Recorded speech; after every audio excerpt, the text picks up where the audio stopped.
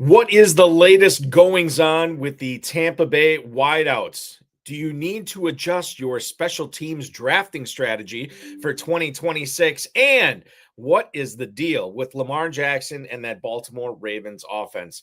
Plus, tonight, we have the 10th place team co-owner in the FFPC Big Gorilla, Josh Peschke, joining us tonight to talk much ado about that. Plus, the Mark Andrews contract, Michael Wilson, Adonai Mitchell, and so much more. Stick around. We've got a great show for you. Ferrell Elliott is here. I'm Eric Balkman. Your high-stakes fantasy football hour starts now. Can't stand the pressure. I've seen greater men than need a lesson.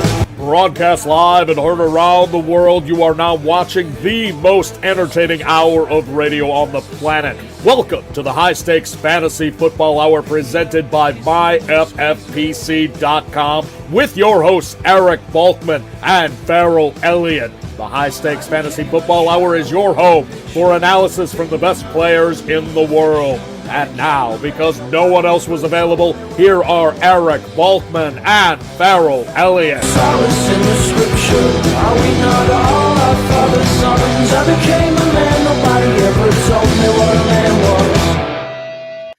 Thank you, Rob. Greetings and salutations to all of you Balkaholics and Ferrelliacs. Welcome to the latest episode of the High Stakes Fantasy Football Hour presented by myffpc.com. That's myffpc.com. I am your slightly above average host, Eric Balkman. You can connect with me on the X at Eric Balkman. You know me from the RotoViz High Stakes Lowdown, the FFPC Insider Access Show on the Better Sports Network, and of course, the Fantasy Football Players Championship. My co-host is the definitive commissioner of fantasy football, Mr. Ferrell Elliott. We'll bring him on shortly. Coming up on tonight's show, we will be discussing Quentin Johnston and the other Chargers pass catchers in the wake of Justin Herbert's hand injury, what you're doing with them in league championship week for the FFPC.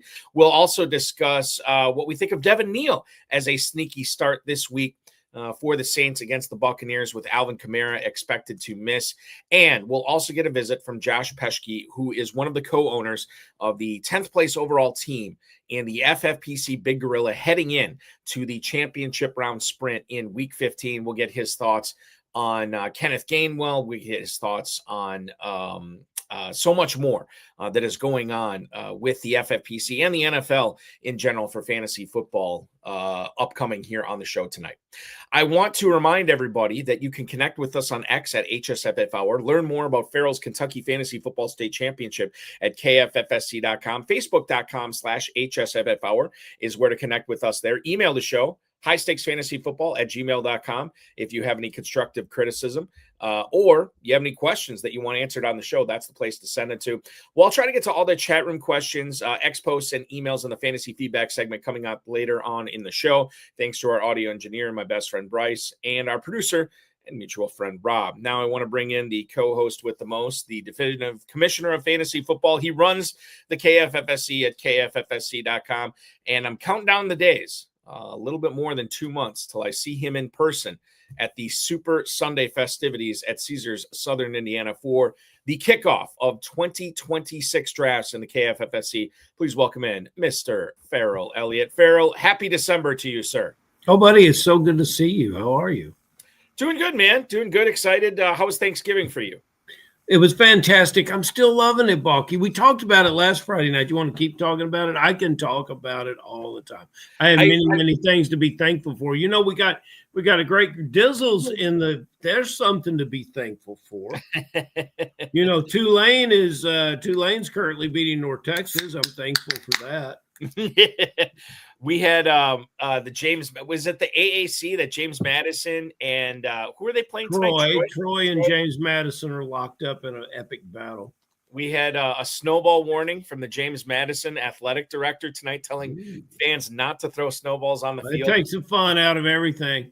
Hey, he should go to Philadelphia. I was just go to Philadelphia and go tell Dave Turp not to throw a snowball. See how far you get. I'm assuming with James Madison, at least they're not putting batteries inside the snowballs, and they're not hurling them at Santa Claus. So there's that as well. Yeah, I actually forgot we did a show this past Friday on Black Friday. It was forgetful. It was forgetful. Yeah, we got some things right. We told people not to play Shakir, although our guest was fondly behind Shakir. Yep. And, so that was good advice. And you mentioned something very impressive, Alec Pierce, and you presented the question in a way that said Alec Pierce, the number one receiver from Indianapolis. And I said no, but he put up good numbers this past week. And I would love to see him emerge as that. Of course, playing with the great Pittman gives players, hey, that's the earliest we've ever got it in, by the way, 10:07. Playing with the great Pittman allows players to blossom and validates their presence with the team, a young player like that. So it's good stuff. Tom Smith wishing us a happy Friday. I almost forgot the other co-host with the most. We got Oinker hanging out tonight. Senior Oinker's over here, babe. Senior Oinker as well. He hasn't had much need for these sunglasses in Kentucky lately. Right. But he is here. On the show tonight, hosting, we have two pigs, and then, of course, Oinker and Senior Oinker hanging out tonight, which is great. Ferrell, let's start off in Arizona tonight. That's where we go with this. Okay. I want to get your thoughts on this this post we saw from Theo Mackey, who covers the Arizona Cardinals for AZC Sports and AZ Central. Okay. Jonathan Gannon, the head coach of the Cardinals, good coach, stated that is he a good coach? Good coach. Used to be here at University of Louisville. Hell of a good guy. Oh, then okay, perfect. Then he's not allowed to be a bad coach. No. Jonathan Gannon said on whether Trey Benson is going to return this season, quote, "Hope is not a great word, but I hope so. He's trying his butt off. He's just not there yet." I think it was Andy Dufresne in Shawshank Redemption said, "Hope is a good thing, maybe even the best of things."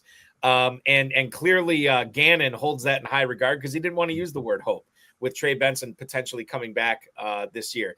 The deadline coming up to activate Trey Benson from his 21-day window is fast approaching.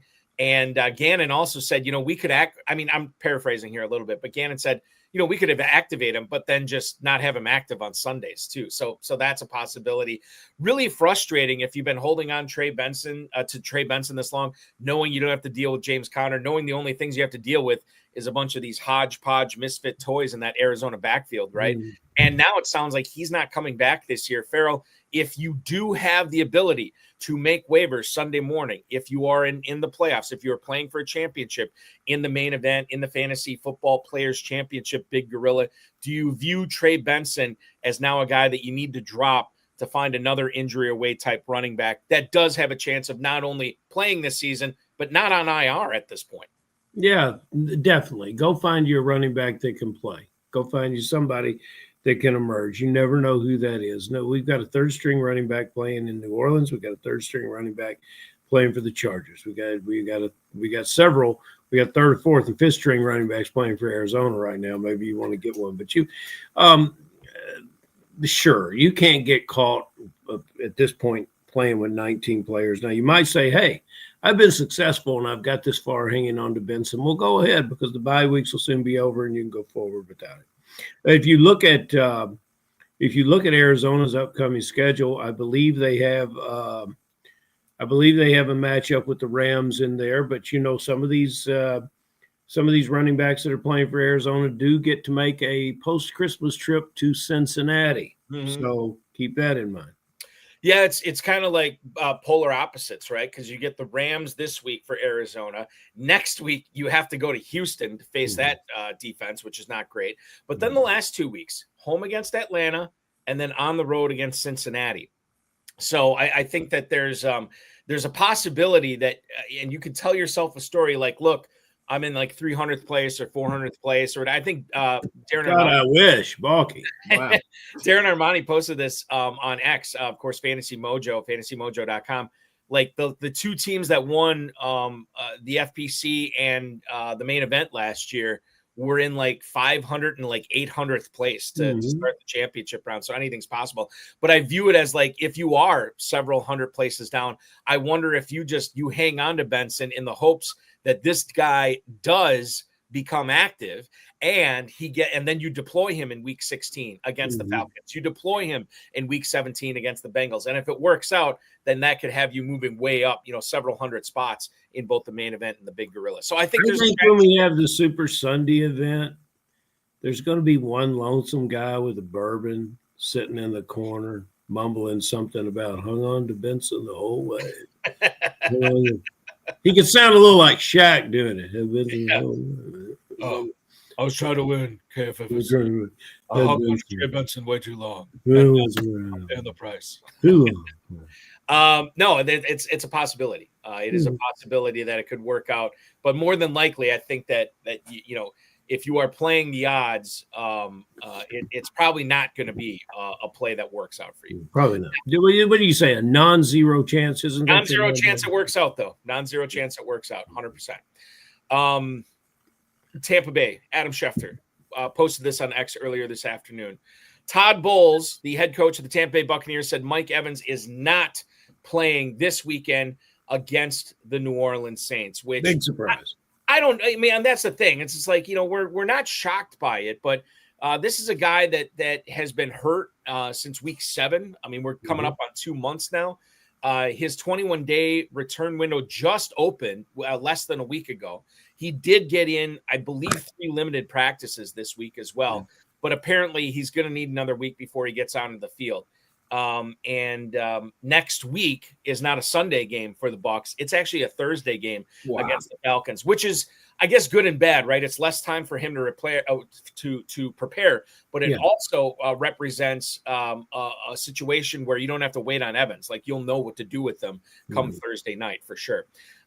Evans could miss week 15. It's certainly possible. Buccaneers passing game has not been the same without Evans. Baker Mayfield has thrown for 200+ yards just once over the last 5 games for Tampa. And in those 5 games, 5 touchdowns and 2 picks. Not great, Bob, when it comes down to that. Now that we know that this New Orleans game will not feature Mike Evans, what do you make of Chris Godwin? What do you make of Emeka Egbuka? You know, Godwin looked really good last week. Egbuka's still been struggling, but we saw what he's capable of. I think for me, Ferrell, this has me really down on Cade Otton. We saw Jalen McMillan's practice window open up as well, but I'm fairly high on Godwin and Egbuka this week now that I know that Evans won't be gumming up the works. Well, and you've got another tight end, and look, 2 receivers. Godwin did a good job of getting open in the past week's game. That's what you roll with because you've got those 2 players, and you probably don't have anyone better. If you do, you went damn 0 running back the whole way. So that's kind of about all you've got to say about that. Those 200 yards. Enough of those 200 yards will go to those 2 receivers to make it worthwhile. And that's what you do there. And, you know, the Baker Mayfield guys that absolutely love him, they sure had a great half year. And I bet you when we get back to Planet Hollywood and gather in 2026 in September, they'll be back on board. You know, they would have forgotten this because the ones that love him absolutely love him. Now, when we get together in Louisville for Super Sunday, there might be a little wounds in the Baker. You know, might be some guys with some memories that are still too fresh to pull him up the boards like they usually do. Which makes him a great buy for everybody else drafting on Super Sunday. I'll be one of those guys drafting Mayfield. Let's talk about Dalton Kincaid, Ferrell. Cameron Wolf, who covers the Buffalo Bills, posted this on X that head coach Sean McDermott said that Kincaid's going to be questionable against the Bengals this weekend. McDermott said he would need to see Kincaid look, quote, functional to play. I don't know what that means. I don't know if Sean McDermott knows what that means. Yeah.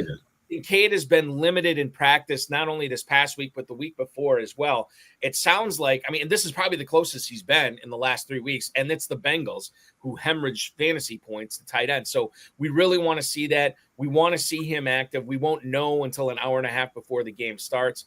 I'm not going to put words in your mouth here. I am not interested in Dawson Knox if Kincaid doesn't play, even with the juicy matchup. However, if Kincaid is in there, you got to find a way to shoehorn him in your FFPC lineups this week, even with a guy who's been just limited practices the last 2 weeks.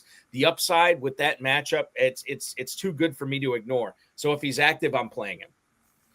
Okay, and I can understand that, and I would not I would not fault you for that. 1 p.m. kickoff too, so we'll know well before any of the and your key word there is against the Bengals. We saw on Thursday night what happens when two offenses get together, and really, there was some good defensive football still being played, and you had 74 points come up. And from time to time, that group of Cincinnati defenders can make a play, but overall they're falling way behind that offense. This could be another big scoring game, so why not go ahead and and fully functional Balky, I suppose that means can run the routes, make the catches, make the blocks, do all the assignments. They don't want a part-time tight end that, is not physically able to do all those things. So I guess that's what fully functional means. I'll tell you who's fully functional once again tonight in the chat room, the Dizzle, letting us know how he really feels about Dalton Kincaid. Yes. Dalton Kincaid sucks and gets hurt all the time. What a total bust. Yeah, you know what? And then he said it again. Yeah, just to, listen here for the audio listeners. Yeah, later, for the West Coast group. For the West Coast group, yeah, they come in a little later. But I will say, in regards to Kincaid, yeah, he has not lived up to his draft capital. And I'm glad we got the Dizzle and Tom Smith tonight because that's who we got. We got that. Yeah, Kincaid has an all-time Hall of Fame quarterback and does not produce. I don't know if there's any even Stephon Diggs, I don't think lived up to his name when he was in Buffalo. He was good, but was he great with Allen? Probably not. And I don't think there's any arguing that Kincaid is, given where he was drafted, he has not met expectations, especially those people who drafted him high in FFPC rookie drafts in the FFPC dynasty. But I will say this, given the state of tight end, you got to roll the dice somewhere. And I think Kincaid, despite roll those dice with Kincaid. I think you could say that about every Buffalo Bill. Does not everyone. There's certain ones I would not roll the dice with. Give me one. Keon Coleman, not rolling the dice with him. Josh, you could say that. What you said. I'm sorry, Balky. I didn't complete my sentence. You said that a variety of players with the Bills had not lived up to their fantasy potential, and I think you could just double down and say all of them. Yeah, no, I would say that's the case. It just stinks. Like, what if Josh Allen would have found his Devontae Adams in Buffalo the way Aaron Rodgers did in Green Bay, and think about all the magical seasons those two guys had together. Would have been great. Hasn't happened yet. Maybe it'll never happen. We have Josh Peschke, the one of the co-owners of the FFPC Big Gorilla 10th place overall team, standing by. One thing I want to get, and Ferrell, this is probably going to irritate you, but I'm going to bring it up. Why? Because it's a kicker question. I love kickers. No, you do not. You have never loved kickers. No, you have gone out of your way to needle me anytime I bring up a kicker question on the show. Well, what kicker are you going to bring up? We're going to bring up the kicker, Brandon Aubrey. No needling for me, buddy. 5 for 5 field goals last night. One extra point, and he was the first kicker in NFL history to drill 3 55-plus yard field goals all in the same game. Unbelievable stuff. My son had him on his fantasy team. He was just on cloud 9 this morning, including, by the way, Aubrey, a 63-yard field goal, which was good. That's his third 60-plus yard field goal this season. Ferrell? He will be the first kicker that I will ever draft in a single-digit round upcoming this year. Now, I'm going to try to draft him in the 12th round, see if I can get away. See, now this is my question. Are you changing the way you're drafting kickers in 20? No, I'm changing the way I'm drafting Aubrey. Just Aubrey. Okay. Yeah. So that's what Aubrey, I'm like, I listen, I want to make sure you're not messing with me here. The Detroit kicker has similar skills. He's got a coach that doesn't let him kick much.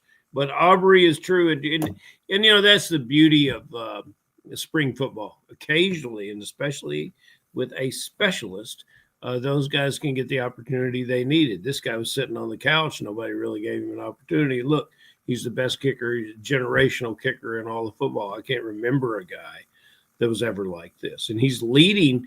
There's all this commentary about kickers kicking longer and longer field goals. Well, he's showing them the way, and the rest of them are picking up their games. And, the ones that can't pick up their games, I mean, Koo's kicking the dirt and, things like that. There's other kickers that are struggling to try to keep up. But, you're seeing a true separation amongst the guys that can and can't at the position. I think it's fascinating.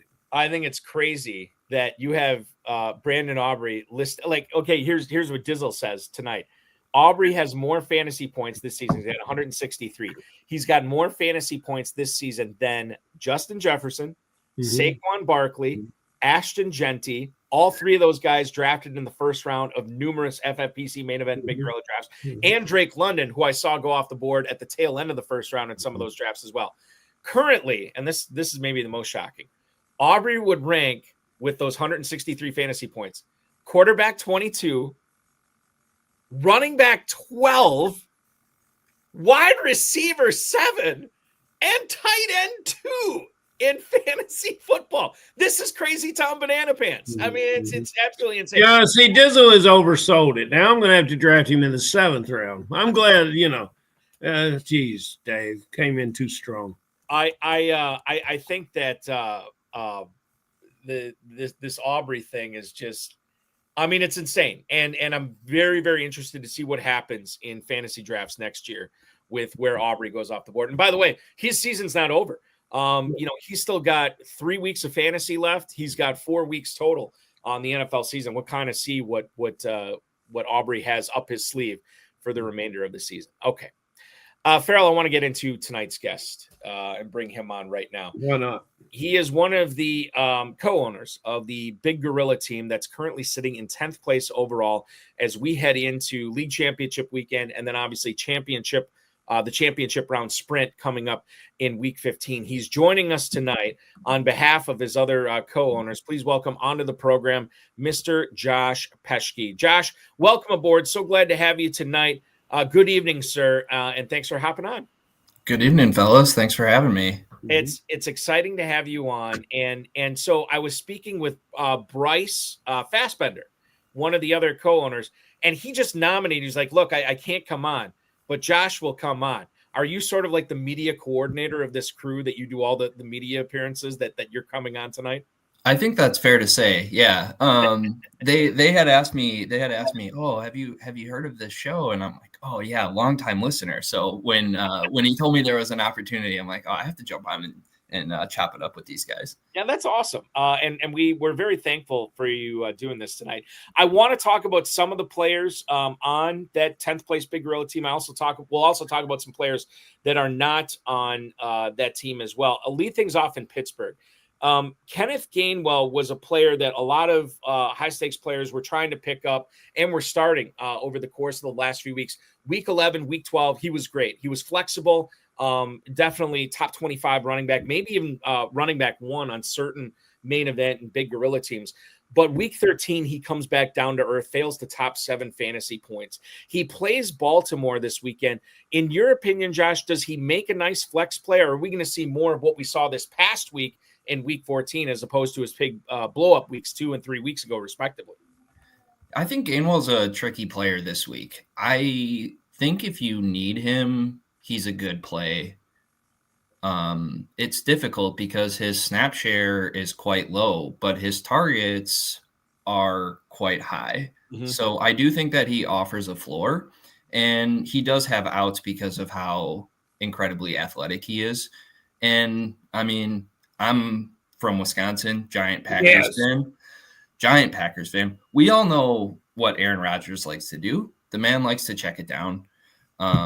He goes through his progressions. He's going to hit Gainwell, and Gainwell is explosive after the catch. So I think he's completely viable. Mm-hmm. I want to get to Ray C's question here as long as we're talking Gainwell. Josh, this is a flex question from Ray C tonight. Basically 2 of these players. One of them has to be a running back. The other one could be a flex. So we would include Luther Burden in on this as well. But basically what Ray's looking at is Kyle Monangai, who is at Green Bay this week, the aforementioned Kenneth Gainwell, who is at Baltimore this week, Adonai Mitchell, who we'll talk a little bit more about later on in the show, who's actually at home against Miami, and then Luther Burden, who is also in Green Bay taking on the Packers this week. If I were to ask you, which is the running back, which is the flex here, who would you go with? This is definitely a risk tolerance type of play. Monangai's been hurt this week. Gainwell with the lower snap share. AD Mitchell coming off the giant week last week, and Luther Burden kind of stepping into that void that left by Rome Odunze. I do think Luther Burden and A.D. Mitchell coming off of the big game last week are going to be quite popular this week. And I think Monangai is going to fly a little bit under the radar. Mm-hmm. Packers are usually pretty susceptible on the ground. It's been an Achilles heel for many years now. And Monangai has kind of seized that goal line role. So while Swift has been awesome this year and every year for the past few years, I like Monangai here. And I think Luther Burden is pretty interesting. He came into the draft with pretty high pedigree. He's an explosive player, yards after the catch type of player. And the Bears are going to be fired up for this game. So you are going with Burden and Monangai here to answer his question? I like the Bear. I like the Bears here.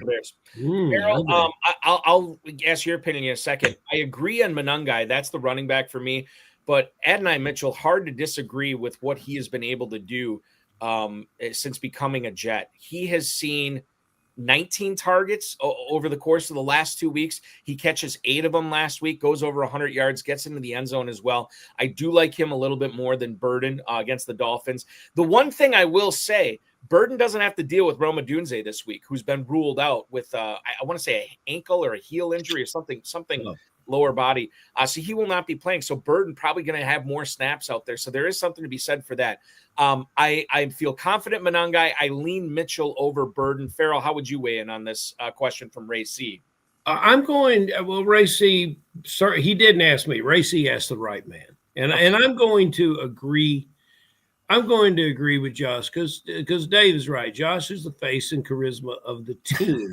And it's a good face, Josh. It's a real good face. But in your setting, you're kind of terrifying me. I'm having flashbacks to, Balky and I are big movie guys. And I'm having a little flashback to Javier Bardem from No Country for Old Men.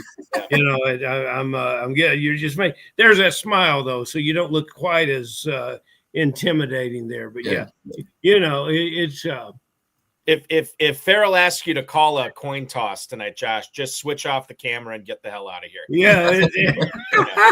All I got to say about that. I'll tell you what. I wish I could get the hell out of the Lamar Jackson fantasy football. No, you can't. We told Josh. Do you really listen to the show? Oh, I've listened to this show for many years. God bless you. Well, we throughout the summer we had a theme, and that theme was beware of Zay Flowers, that people were overdrafting him. And I think we hit the number. I think we're going to hit the number. I said 70. The best you can expect is 75 catches and 5 touchdowns. Right now, he's at 60 catches and 1 touchdown. And what's really, really disappointing, if you have Zay Flowers on your roster, is that 20% of his yardage came in the very first game against Buffalo Bills way back in September. This has been, and now we have a question that says, what do you do with Zay Flowers? Well, you put him on your bench and you leave him there. Is my answer. He's had some decent double-digit games if you want to try to win in the FFPC with 11 and 12 points. I don't think that's your game. I don't think you're playing Zay Flowers. I would you talk about a flyer on a couple of these Chicago guys or any of the emerging young players. Balky all of a sudden has become an Alec Pierce fan. Play that guy. What are you doing with Zay Flowers? And did you buy into what we talked about early in the season? No Zay Flowers at the draft cost of where he was going. No, I think that was a sharp take, buying into Zay Flowers on a run-first team with a run-first coach and an organization committed to the run. I think it's a pretty hard sell, especially considering Lamar's tendency to target the tight ends in the red zone. It kind of just narrows the paths for Zay Flowers. He doesn't have a ton of outs. So I think you guys were sharp in that take. Mm-hmm. In regards to Flowers, I don't have him in a lot of spots. I do have him in a few. And for where I drafted him and who else I have at receiver on that team, I don't really have many better options than him. The thing is, the dude has not seen fewer than 5 targets since week 3. He is catching passes every week. with the exception, and I don't know how it happens against the Bengals where he gets 2 catches for 6 yards, but it happened. But you look at his receiving yards, 58, 78, 75, 64, 63, 46, 72, 74. Like he's been putting up yardage this year, so he's getting involved. I understand there's maybe a little bit more limited upside, but I don't really feel better about a lot of other receivers on my roster that I would plunk in for a guy that's consistently putting up 50, 60, 70 yards a week. No Balky, with no touchdowns and limited catches. Right. He did. How many? A review of the rules, and Josh probably knows these rules better than anyone. But a review of the rules, FFPC, no points are awarded for targets. It's in the rules. Yeah, it is. Yes. Yeah. Are you guys buying into a little bit of a Lamar Jackson bounce back after his recent Twitter? Yes, sir. In 2026. Yes, sir. In 2026. Yeah. Here's the thing, and I said this after listen, I know likely fumbled at the goal line. The touchdown that Flowers caught probably should have stood on that OPI. I mean, that was really, really bad. Yeah, that was bad. Questionable at best. So if he throws for 2 touchdowns and 250 yards, if those touchdowns stand, those plays stand, then we're probably not as concerned. But I did say after that game, and maybe I had emotion get the better of me, but I just said, you know what? If this is what Lamar Jackson's doing against the Bengals, I don't want to be in business with Lamar Jackson anymore. He gets the Steelers this week. I don't view anything as I don't view this as a game where he's going to bounce back regardless of anything that's going on off the field this week. I don't speak in absolutes. I understand the possibility that there could be a bounce back here tonight or this week. Beg your pardon. I just don't see it happening. I'm not holding my breath on it. That's where I stand on Lamar Jackson. Okay. Let's talk about Washington. Are you going to go to your dynasty leagues and propose trading Lamar for Aubrey? You could do it. Somebody might take you up on it, Balky. I'm telling you, now's the time. You know what it is? Now's the time to trade Aubrey for Lamar Jackson for the 2026 revenge season when Jackson wins the MVP. I don't know. No. Speaking of winning the MVP, a guy who will still be on the short list of winning that award in 2026 is a guy that is expected to make his return this week for the Commanders, and that's Jaden Daniels. Specifically, I want to talk about the Washington pass offense here. Deebo Samuel, I believe, is in your starting lineup for this 10th place team for the Big Gorilla. And I'm wondering, Josh, your take on whether, McLaurin coming back was also good for Deebo Samuel, opening some stuff up for him. McLaurin looked really good. He did not look like a guy that had been shelved for the last 2, 3, 4 weeks or whatever it was. And Deebo Samuel's numbers did not suffer. I mean, he still had a pretty good game. Do you view like this offense now with the return of McLaurin and Daniels that Samuel's becoming, I don't want to say must start, but hard to bench? I think he's really hard to bench. He's worked his way into the primary role.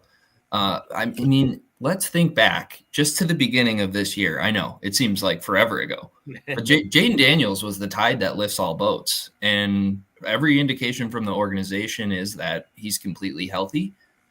And that's a bet I want to make. And so taking the leading receiver, I think that's worth looking into. And I love Terry McLaurin. I think he's an all-star player. Mm-hmm. But Deebo Samuel has a very favorable role. And, yeah, things are looking up. Go ahead, Paul. Yeah, he got just Deebo Samuel last week against Denver, the number 1 defense in the NFL, or number 1 fantasy defense in the NFL. 2 carries he gets that game. He also saw 7 targets, cashes in 5 of them for 64 yards. That's against a really difficult defense. I would say Minnesota's a pushover this week, but definitely not the same type of defense as what Samuel was facing last week. So I'm on board with him in week 14. He gets the Giants in week 15. The Eagles in week 16 isn't great. And then that juicy matchup on championship weekend at home against the Dallas Cowboys. That's going to be fun. I think Samuel's going to be an interesting guy for the championship. Isn't Justin Jefferson due for a breakout game here too? Couldn't he push the pace of this game a little bit? He's been quiet for many weeks, and a superstar player like Justin Jefferson, if he opens up this game environment, that could be wheels up for Debo. You would have to point it. Yeah, that's good. That's good. Balky, I would have preferred if you would have referred to the fact that McLaurin last week was fully functional. That would have helped, Well, fully functional. The listeners could have understood McLaurin's health situation. Sean McDermott would have been the only guy that understood what that meant. Yeah, the listener still would. Well, Justin Haber, not fully functional this weekend for the Chargers. We want to focus on one question, but we could go a lot of ways with this. The player that with the downfield routes, but that I really appreciate, that I think can catch the ball all over the field and will run the routes to do so, is Quentin Johnson. I believe in Quentin Johnson. I think this is a player that I would go forward with this weekend. But I would like to, to expand and talk about a variety of Chargers players, because a couple of weeks ago, people that had picked up the young tight end Gaston thought that, that they had received Nirvana in the waiver wire, and that they were. So is this injury that debilitating that you think the Chargers come out with less of a pass attack? Or do you think that Justin Herbert is just somewhat hitting the wall in his performance? Is it all physical? Is it teams are figuring it out? What's your thought about the Chargers? I'm a big Justin Herbert believer. I think it's purely physical, and I think this is a good spot for QJ this weekend. They really saw no fall off when Omari and Hampton went out. Mm-hmm. So I think they're going to be able to run their offense the way that they want to. Mm-hmm. And Quentin Johnson is going to be a big piece of that. And if Herbert says he's good to go, I have no reason to not trust him. Mm-hmm. The other thing that I should bring up with Quentin Johnston, that Chargers offensive line is so bad. Mm-hmm. Not bad. It's just beat up. You don't have Slater. And I wonder if they just, coupled with the hand injury, I just wonder if this is like a Gadsden game, a McConkey game, where Johnston just, he beats you deep. That he's the lid lifter, he's the field flipper, and I just don't know if he's going to have the opportunity to do it. Chargers offense could still be very good, to your point, Josh. I just don't know if Johnston is part of the reason. It's very good. Is it, guys? Do you think? I feel that we could come on the show and say, man, that team's offensive line is really, really having a poor run. And I think we would be saying that damn near about every offensive line in the league. Can you think of an offensive line that is consistently providing everything the quarterback needs, the pocket? Maybe Philadelphia. I don't know. But can you think of one? I mean, I think Kansas City's been pretty good so far this year. I mean, good enough. I think Green Bay has really developed their offensive line over the course of, I would say, within the last 3 weeks, they've come together with everybody healthy there. I don't know, man. Like, Buffalo, I think, has been very good this year. There are offensive lines that have had strong seasons. But to your point, Ferrell, I think a lot of the times when we're talking offensive line on the show, we're talking about it not being up to par. No, it is never. I think about Indianapolis, the production of the running back and the wide receivers, the maturation of the quarterback, they have to be doing something right. Yeah. But I just wonder sometimes the physical aspect of the performance of the great speed rushers, the great edge rushers in this league, and how much more athletic they are than the guys playing left and right tackle. And it's just something I was thinking about. Something that the Dizzle's thinking about right now. I don't want to throw this up and so it doesn't get lost in the wash here. He has to decide which Bears wide receiver to play this week against the Packers. Do I start Burden or the most consistent underperformer, DJ Moore? And I just looked this up. DJ Moore for full PPR leagues like the FFPC has had 2 top 25 finishes all season among receivers. That came in week 9 against Cincinnati, where he had a 17-yard touchdown run. And then another week it would have been 12, 2 weeks ago against Pittsburgh, where he caught 2 touchdowns. Other than that, wide receiver 46, 59, 29, 53, 40, 41, 34, 131 when he put up a bagel against the Giants.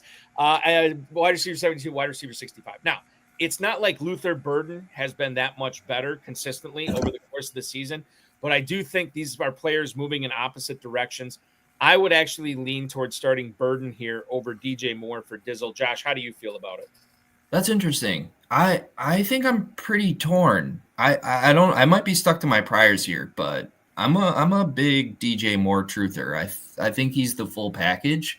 He's had a very underwhelming season, and part of that is the emergence of Burden, the emergence of Loveland, and Roma Dunze sort of having his, well, now muted, but breakout season. But I do think there is some familiarity there. I think I lean DJ Moore. Ferrell, you're going to go Moore or Burden in this sense? Difficult for me because I have not crossed this conundrum in fantasy football this year. If I want to win this thing, I'm going to go with Burden. I think it's close to Josh's point here, but go with God on this, Dizzle. I'm going to change it 4 times on Sunday morning too, and then I'm going to pace around, and then I'm going to call some guy who's already thinking about baseball season and talk to him about it, and then I'm going to listen to that smart girl that went to MIT that is working on her figure and looks great. It's whatever she says, I might go for.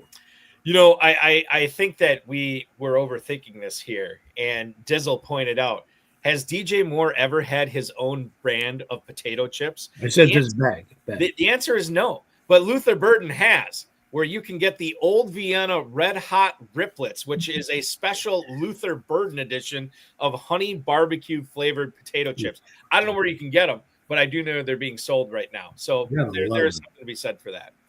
Okay, let's talk more receiver here. And we touched on Adonai Mitchell. I want to bring up Michael Wilson here as well. Who do you think has the better fantasy week? Another way of asking this question, Josh, who would you rather start between Adonai Mitchell at home against the Dolphins or Michael Wilson, who's home against the Rams? But as we found out, no Marvin Harrison Jr. officially this week. Wilson or Mitchell, who would you play in week 14?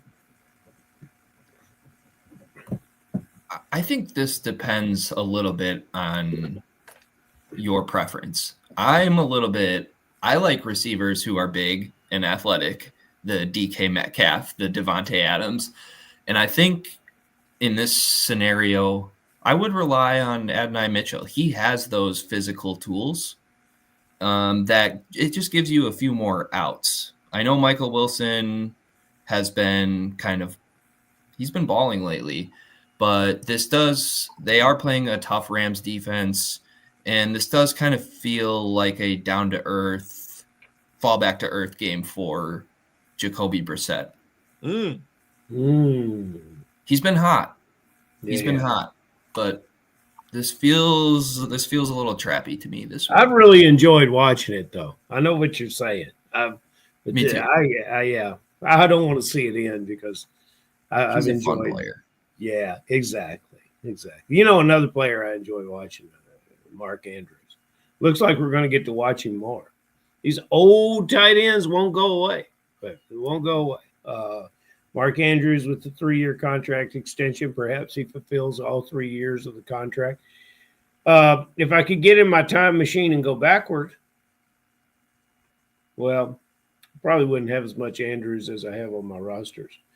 But going forward, what are we going to think about when we get to the Big Gorilla, when we get to the dynasties, when we get to the main event and we head live to Las Vegas? What are we going to be doing with Likely next year? Is this mix of confusion? Because it seems like Andrews is always going to get his, and it seems like Likely just might be a best ball player while ever he's at Baltimore paired with Andrews. And I'll just preface this before you answer, Josh. I just ultimately assumed Likely would be the next guy in Baltimore. And once Andrews was off this team, which I thought might happen before this season started, it didn't. But I thought for sure it would happen. And then they extend him. And this dude is already on the wrong side of 30. As Dizzle has pointed out, Mark Andrews is absolutely terrible. He's averaging 27 yards per game in 2025. And yet The Ravens believe in him, and whether we believe in him or not is kind of irrelevant. If the Ravens are going to give him this kind of money, it does make me very skittish about how I'm handling Likely in drafts and how I'm handling Likely in my dynasty leagues right now after I see what Baltimore did. I don't know, man. I just like that Ferrell would use his time machine and to focus on fantasy football. That's good to know. His heart's in the right place. That's all. That's all. That's all. I think that Mark Andrews has not been fully healthy, and I think the Ravens know that. And I also think that when he is healthy, he's an elite player, an elite red zone weapon for Lamar, and they have this chemistry. I understand the 27 yards a game, but he's been pretty bankable as an elite tight end for many years. And I think the Ravens extending him is a vote of confidence in him for the next few years. And how often do we see these tight ends have magical late career seasons? They start to figure the position out a little bit more. They get a little bit stronger, a little more seasoned in the NFL. And he's attached to Lamar, and this is Lamar's favorite target.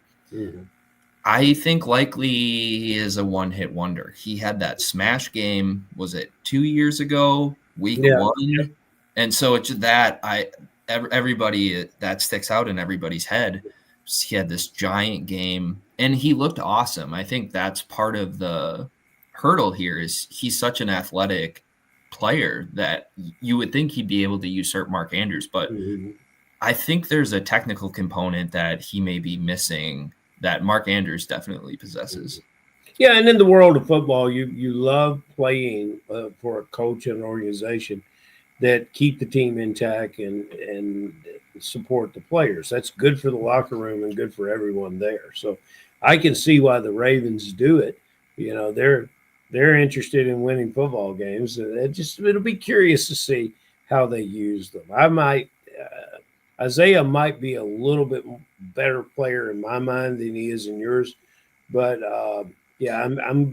I guess that's a position that I'm going to avoid. 2 tight ends equals 0 tight ends for me. So he's gonna break out later in his career. Yeah. That's the thing. He's young and athletic. He's going to get a second chance, maybe on a different team, and he's going to hit. And Dizzle's pointed out a lot of good young tight ends, and they're there. So why not? Why not go ahead and spend your money on tight ends, spend your draft capital on tight ends, and then the Dallas kicker. That's what you need. Yeah, exactly. The theme of this show, not necessarily in that order either. Yeah. Isaiah Likely will turn 26 in April, so he's definitely got some good football. Plenty of time for sure. All right. The what did I want to talk about here? Oh, Omarion Hampton. If we can get back to the Chargers, it's a Chargers show tonight apparently.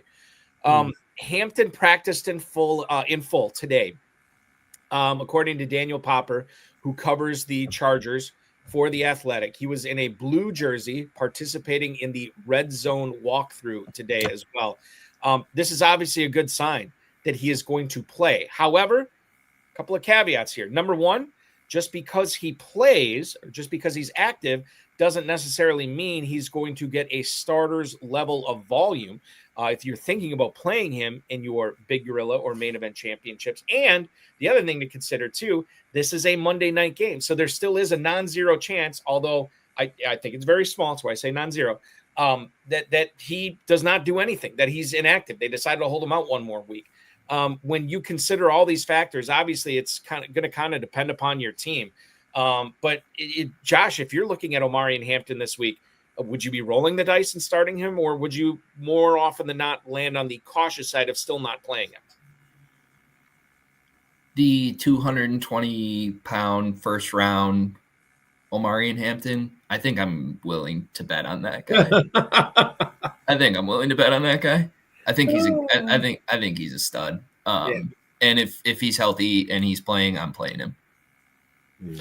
It is one of those things where you bet on the talent, right? You bet on the pedigree, and certainly if I'd be really ticked off if I didn't play him because I thought he'd be on a snap count, or I thought that Vidal coming off a big week 12 or week 13, whatever it was, is going to handle, 40, 50, 60% of the workload. And then Hampton scores 2 touchdowns. It'd make me sick. Mm-hmm. So I do think you have to look at that as well in trying to kind of suss this out and figure out what you're doing with Hampton. It's a Monday night game, and obviously your specific roster should probably answer the question for you on whether you're playing Hampton or not this week. That's just one of the running backs we're considering here, Ferrell. There's another one we need to talk about in the Big Easy. I love going down to New Orleans. I hate that Alvin Kamara is not in a lineup, and these guys that I wonder next year, has become, especially amongst the pros that we talk to in the summer, it's become very passe to draft a handcuff running back. I wonder if we'll see a return to that based on what we've seen this year. But I don't think in New Orleans, Devin Neal is necessarily handcuffed. He's a big guy. He's a bit slow of foot. Seems to catch the ball really well when they're in the chase position and down by a couple touchdowns in a game. And the rookie quarterback, to me, I think that's necessity that's all that's available, and they're dumping it off. But your thoughts on whether you start Devin Neal and his 3.5 per yard average, and we're looking at a guy that's, I think maybe 150 yards rushing this season. In other words, does this player, given the opportunity, go beyond what we've seen so far? Can you trust him? Do you believe it? Yeah, I believe in Devin Neal. I mean, he's given me no reason not to believe in him. 4 straight 1,000-yard seasons in college, minimum of 20 catches every single year at Kansas. I mean, I think he was a little bit of an underrated prospect. I'll feel better about the play if we get some more clarity on Chris Olave's status. I think that Chris Olave kind of opens up the offense a little bit and is Shuck's security blanket. But yeah. He can catch. I think he's got some hours. He's a good pass catcher for that size, and he gets rolling. Now, that was how he did it in college. I don't know if he's going to roll over anybody. Okay. I'm curious about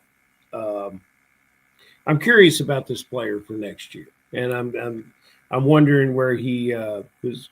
We've got another young running back here, Miller, in this group that's not available. So I'm just curious about next year. There's a lot of guys, Josh, that are talking about next year. These guys are the complete opposite too. It's really interesting from the Saints organizational perspective, because Kendre Miller is this giant, fast, big back who can catch.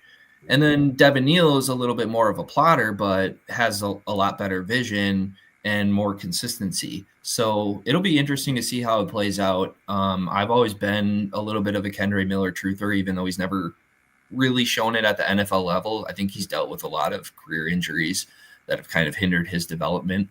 But Devin Neal, good prospect, and hopefully he shows us something down the stretch. The question here from Dizzle, Saints are 8.5-point dogs in Tampa this week. So he may not be running much. And quite frankly, he hadn't been all that great running.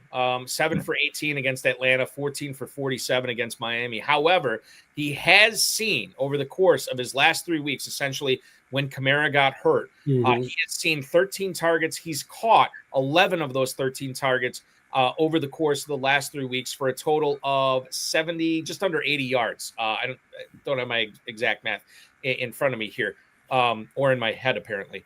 So I can catch. Will it be enough? I don't know. I will say that the good thing here is Taysom Hill, who we thought would factor into the ground game a little bit more with Kamara out, had 1 carry last week and didn't look all that good on it. So I think that, you could do worse than Devin Neal. He's certainly not a player I want to try, especially against Tampa. Like this week, not only are they 8.5-point dogs, but you can't really run on Tampa. You beat them through the air. And there could be some checkdowns from Tyler Shook this week to Devin Neal. So I think he makes for a decent flex and a good solid second flex. He's a clone of Gainwell. He's a Gainwell clone. I don't think he's a statistical Gainwell clone. Yes, statistically speaking, I think you are very close to. You might have even hit the nail on the head there, but I would definitely agree with that. I like this game environment. I think this is a game this week that I want to be betting on. I don't know where the points are going to come from, but I do think there are some outs for Neil in this environment to step up and be useful in your lineups this week. I love that expression, outs, Bucky. Yeah. I want to adopt that. Josh, can I adopt that? Absolutely. Well, Ferrell, that's a poker term, or at least that's where I heard it first. Well, I don't know much about poker. Really? Yeah, because you're a craps guy. I forget. But we'll get together and we'll play some poker. We'll play some craps, and both of us will have a great time. Yeah. Josh, you're invited. Yeah. So for the final question here tonight, Ferrell is going to pitch it to you about sleepers and busts. Well, we've had some really, really impressive responses lately, Josh. And then we've had guys that won't even answer the damn question. It's like I never ask it, Now, you can't use anybody we've talked about before. But who you going to set? Last week I called set Khalil Shakir. I'm going to carry that, man. I'm going to talk about that all year long. I also said go ahead and start Pittman. And that didn't help anyone. It's a tough question, but I want to know who you are going to set that most people will just put in their lineup. One of those just automatic kind of lineup guys.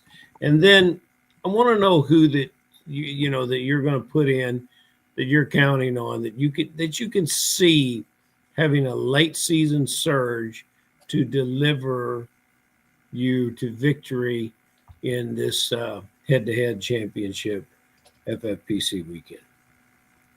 I think I'll go bold here. I think you can sit Saquon Barkley. That's bold. No. That's bold.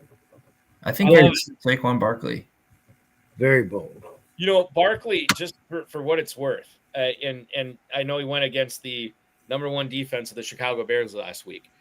13 for 56, 10 for 22.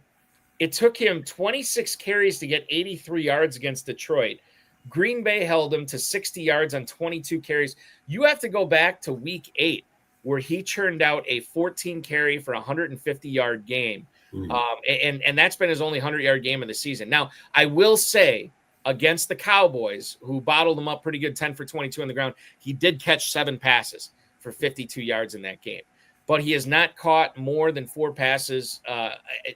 Besides that game, he has not caught more than 4 passes in any game this season. A very underwhelming performer so far. And as we head into week 14 on the season, this dude has a combined 6 touchdowns on the year, which is not great. I mean, it's not terrible, but it's not great, especially when you consider the draft capital. Now, I will say, Josh, to go bold and say sit Barkley, you're going to have some pretty good running backs.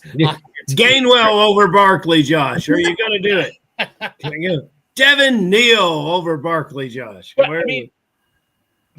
with the return of Bucky Irving, I would play Irving over Barkley this week. Well, sure you would. You have tough decisions if you have one flex spot left and you're looking at Breece Hall or Saquon Barkley or Quinshon Judkins versus Saquon Barkley. I think these are, or even guys, RJ Harvey or Saquon Barkley this week. I think none of these are slam dunk decisions.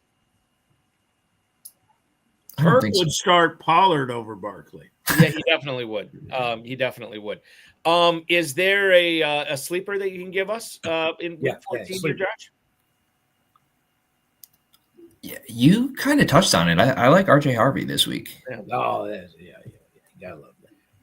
Against your Raiders, Ferrell, and you're backing. You get those Denver guys on it. And I love that. How many touchdowns last week for RJ Harvey? Josh, I know.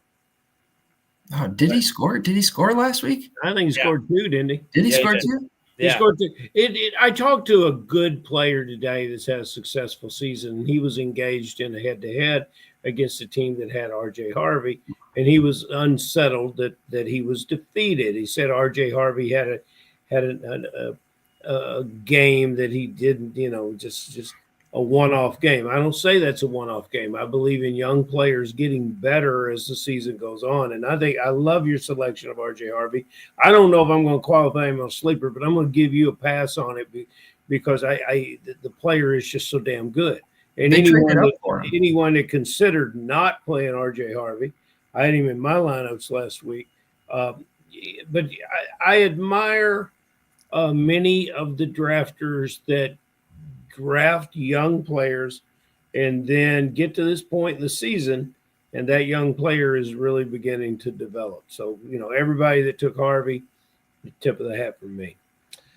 And I will say this to all the Harvey haters out there. This dude averaged 2.7 yards a carry last week, but he finished RB4 on the week because of those 2 touchdowns. Also caught 3 passes in that game as well, which obviously contributed to his performance.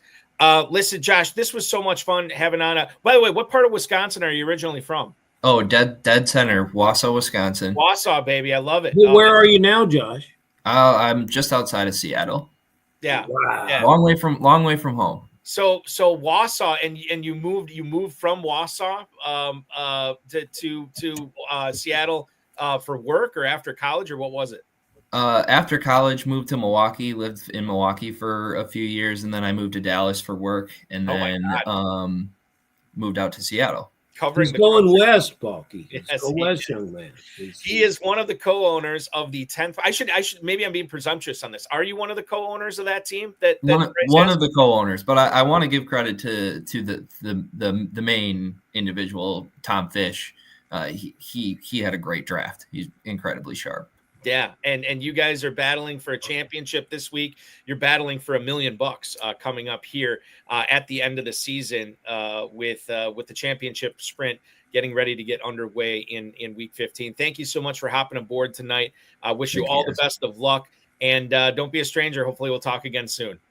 Talk to you guys soon. Thank you so much. That is Josh Peschke, ladies and gentlemen, hanging out with us tonight.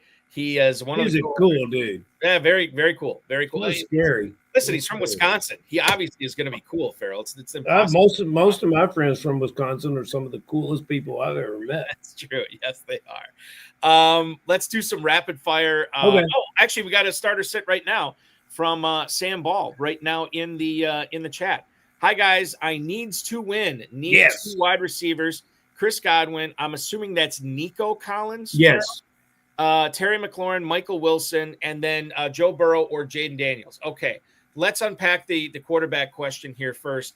I am rolling with Burrow at the Bills over Jaden Daniels this week. How do you feel about Jaden Daniels taking on the Vikings? I'm going Burrow too. Okay, all right. So we're going Burrow there, and then we need to pick 2 of these receivers. So we're looking at Chris Godwin, who is at home against the Saints. Mm-hmm. We're looking at Nico Collins, who is at Kansas City. Mm-hmm. We're looking at Terry McLaurin, who is at Minnesota. And then we're looking at Michael Wilson, who is against the Rams this week. Now, I think for me, Ferrell, Collins is a must. I know it's not a great matchup, but I'm playing him. And I think the other one I play with no Marvin Harrison, I think I'm going to lean towards Michael Wilson here over Terry McLaurin, and I'm sitting Chris Godwin. Most of you guys will do that. Now, why do you not think Nico Collins is a good start against Kansas City? Okay, so number one, I think Kansas City's defense is pretty solid. Number 2, I also think that could be a knockdown, slug it out, low-scoring game.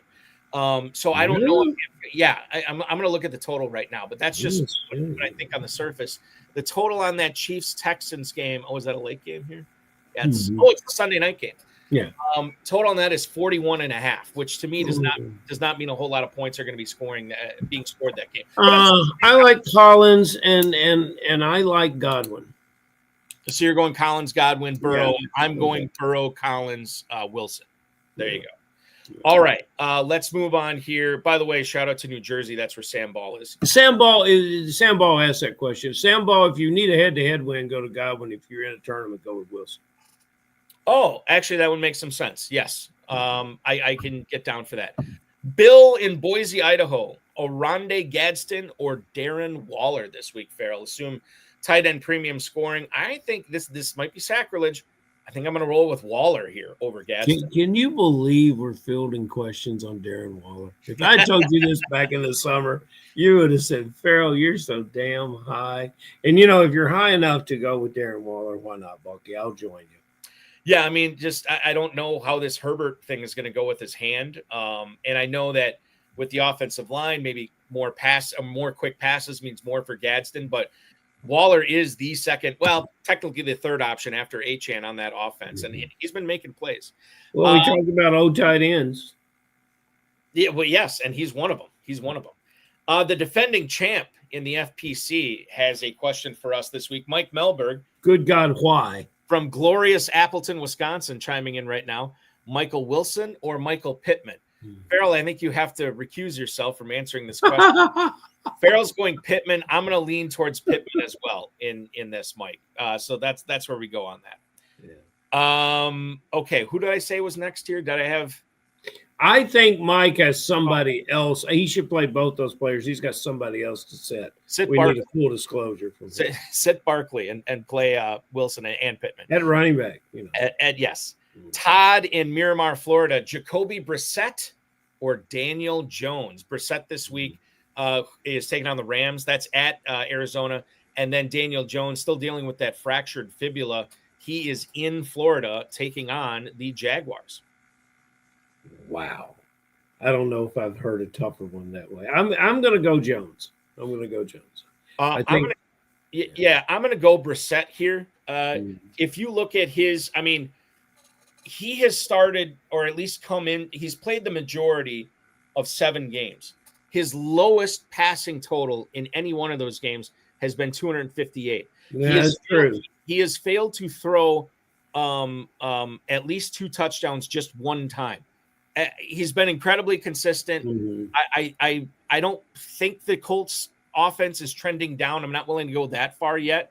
But I trust Brissett a lot more, and they're airing it out, man, and they're going to air it out again this week. And and they are airing out, and I think about it, Indianapolis. I think Indianapolis with their run game is a strength for the quarterback, but it maybe Jones gets to that 22 point number that I'm looking for.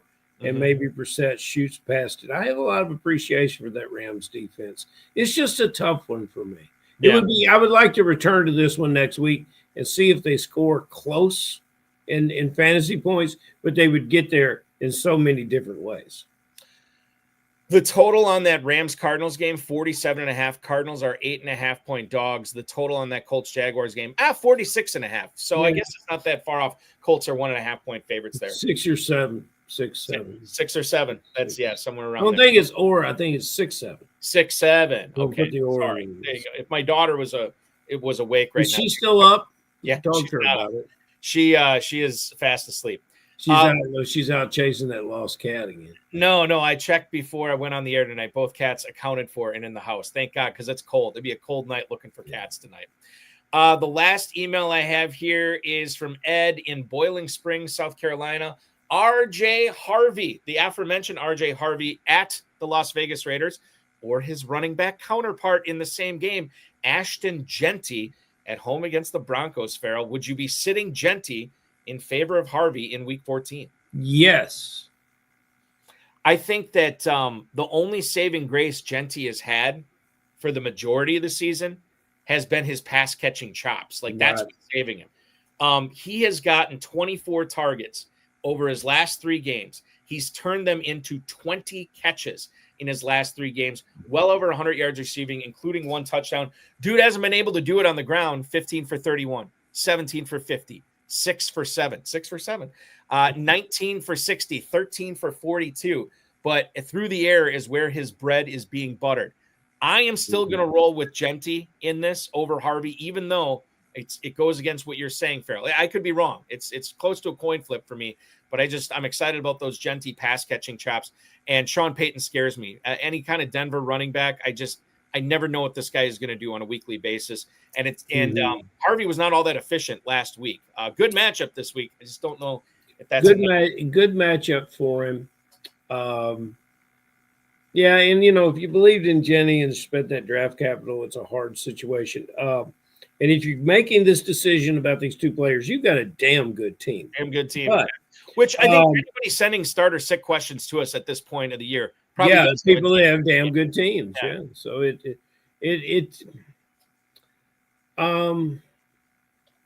this one is tough, but I can see the Raiders being near shutout in this game. Oh, wow. Okay. which would mean some Harvey running in the second half for sure.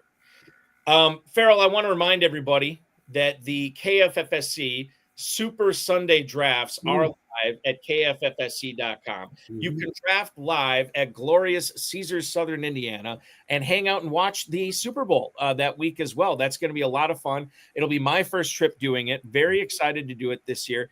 Drafting, I believe, 8 or 9 teams that weekend. It's going to be glorious. I can't wait to do it. You can join me. You can join Ferrell. Register now, kffsc.com. That's kffsc.com. Thank you so much, Ferrell, for hopping aboard tonight. Always a pleasure, my friend. And we will do this again 7 days from now.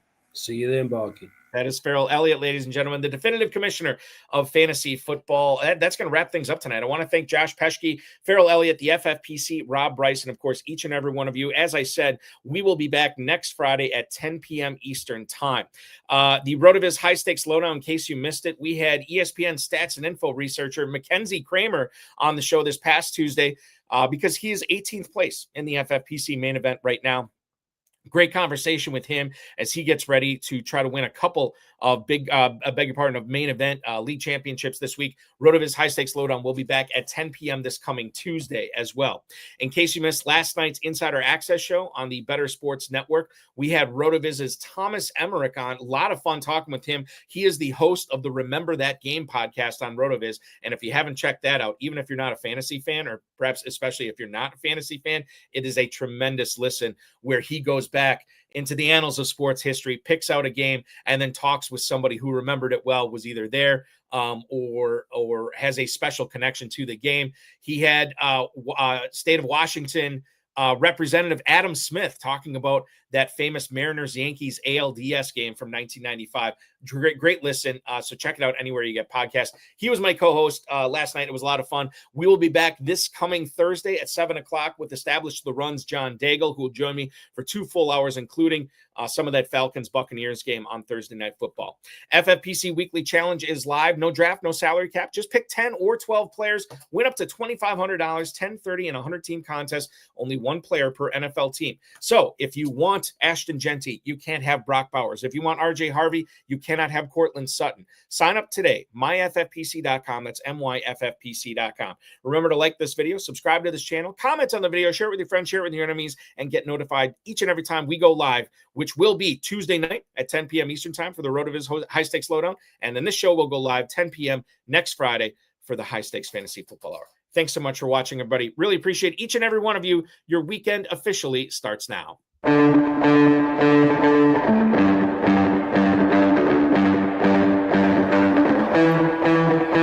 This has been another episode of the High Stakes Fantasy Football Hour presented by myffpc.com. It was broadcast live and was watched around the world. Balky and Ferrell will be back next week with more analysis, more interviews, and more advice from guests much smarter than they are. Thanks for watching, and we'll talk with you again next week. Also want to let you know, too, we do have a fairly exciting announcement with the FFPC that's coming up. Only you who pay attention to this post-show stinger will know about it. But look, remember to check your emails Monday afternoon because you'll have a special message from the FFPC. And I'll leave it at that. Thanks so much for watching, everybody. Have a great weekend. We're off and running. Good luck in your league championships this weekend. Championship round is next.